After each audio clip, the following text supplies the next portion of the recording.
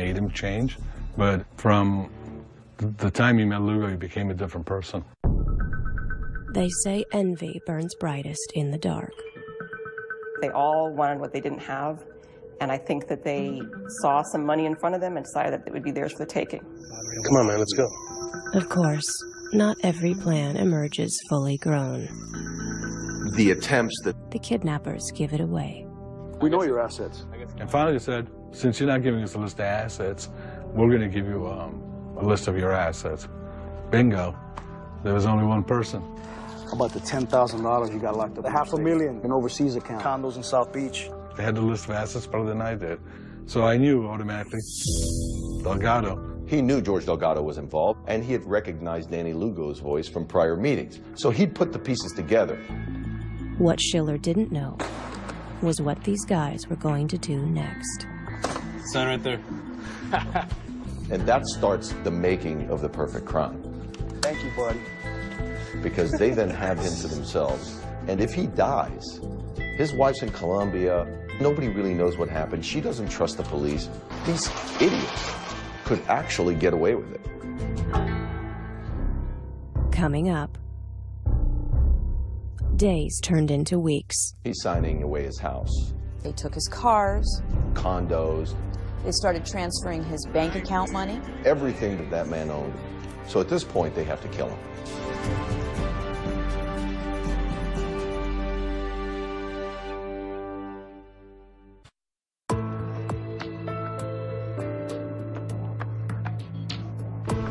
George Delgado and his friends have kidnapped Marc Schiller, Delgado's former mentor. They've beaten him and threatened his family unless he turns over his assets. Following their instructions, Schiller has talked his wife into leaving the country with their children. As bad as all that is, the really bad part hasn't even started yet. And Schiller knows that his once good friend Delgado is one of the men responsible. What was it like for Delgado, standing in the shadows while his associates torture his friend? How he must have suffered. But there were compensations. This is huge, man. Look at this. Before Marc's wife and kids were even on the plane, they had moved into Schiller's house. They liked that house. In the mid-90s, that was an expensive house in Miami. It was in a gated community in an upscale development. The servant had become the master, and life was good. They told the neighbors that they were in the CIA. And the neighbors bought it. Back at the warehouse, they started forcing Marc to sign over his assets to them. Each of them had a role. Lugo was the leader and investment guru.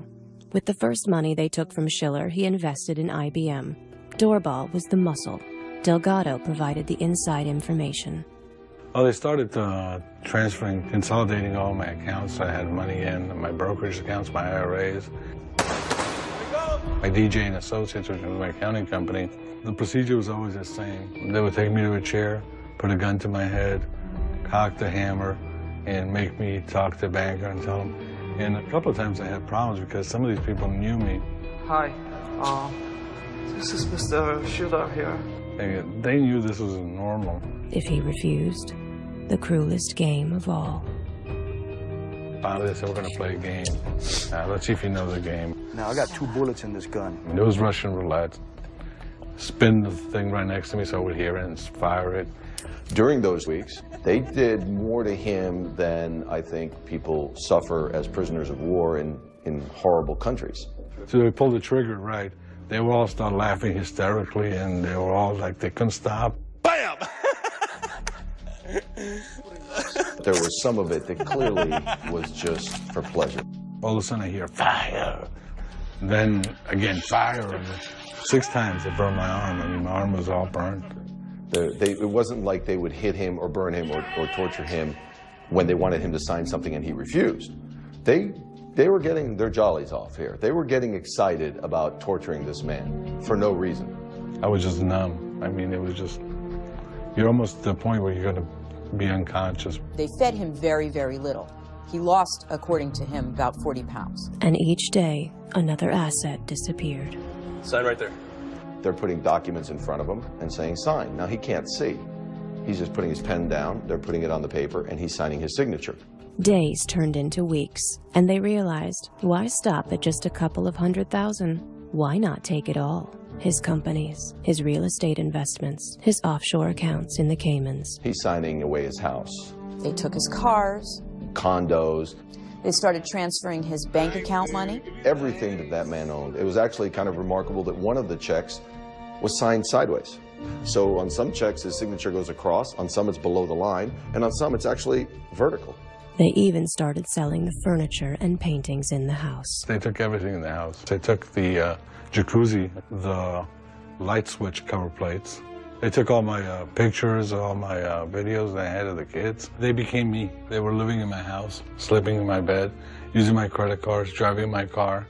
But the horrible part was that as each asset disappeared, Schiller knew he was one step closer to death. Yeah, if you lie to us, we're going to kill you. I'm saying to myself, well, they're going to kill me anyway, so what's the difference? 3 weeks have gone by, and Lugo, Doorbal, and Delgado are starting to realize they won't need Schiller much longer, and his presence in the world is starting to be inconvenient.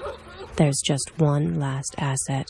They bring me over to the table, and they go, you're signing your death sentence.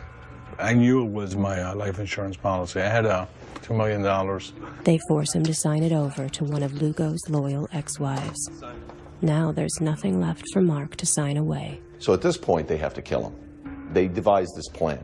They've had him calling his lawyer. They've had him calling and making excuses that he has a girlfriend and he's going through a midlife crisis, and just they're kind of setting up his disappearance. On day 30, they let him speak to his family one last time. Hello, honey. It's me. They let me call my wife, and that was the hardest phone call for me. And she puts his 5-year-old son on the phone. And I knew I was talking to him for the last time. And that I really felt, because at that point my son was 5 years old. But at that point, I knew I wasn't going anywhere. You know, next place was, 6 feet under. It wasn't going to be back home, so. We got this. Lugo, Delgado, and Doorbal know just how to dispose of Marc Schiller. They actually have a pretty good plan.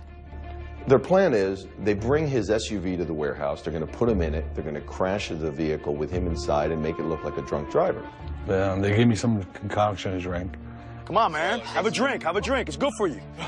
After maybe 30, 40 seconds, maybe a minute, I was out.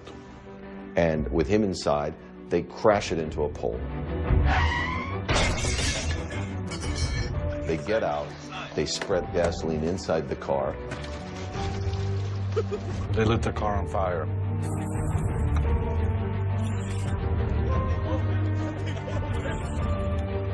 Their revenge seems complete, and now 2 million reasons to make a fast getaway. But just as they're about to leave, the most annoying thing happens. Somehow or other, I was able to get out of the car.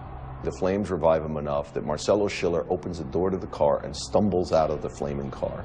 Marc Schiller still isn't dead, but Doorbal and Lugo are up to the challenge. Doorbal is screaming, "Run him over." Run him over. Run him over. Boom, they drive over him with their car. And then they put it in reverse and they back over his body. So at this point, he's got to be dead. They say if you want something done right, you have to do it yourself. But there's one small problem. Schiller isn't dead. Coming up. I survived. Who would have thought that he would survive all of that? But he did. I woke up and I said, oh my God, I'm alive. And now, he wants revenge. If anybody did that to you, wouldn't you want to get back at them somehow? I'm going to get you. Look behind you. I'm coming for you.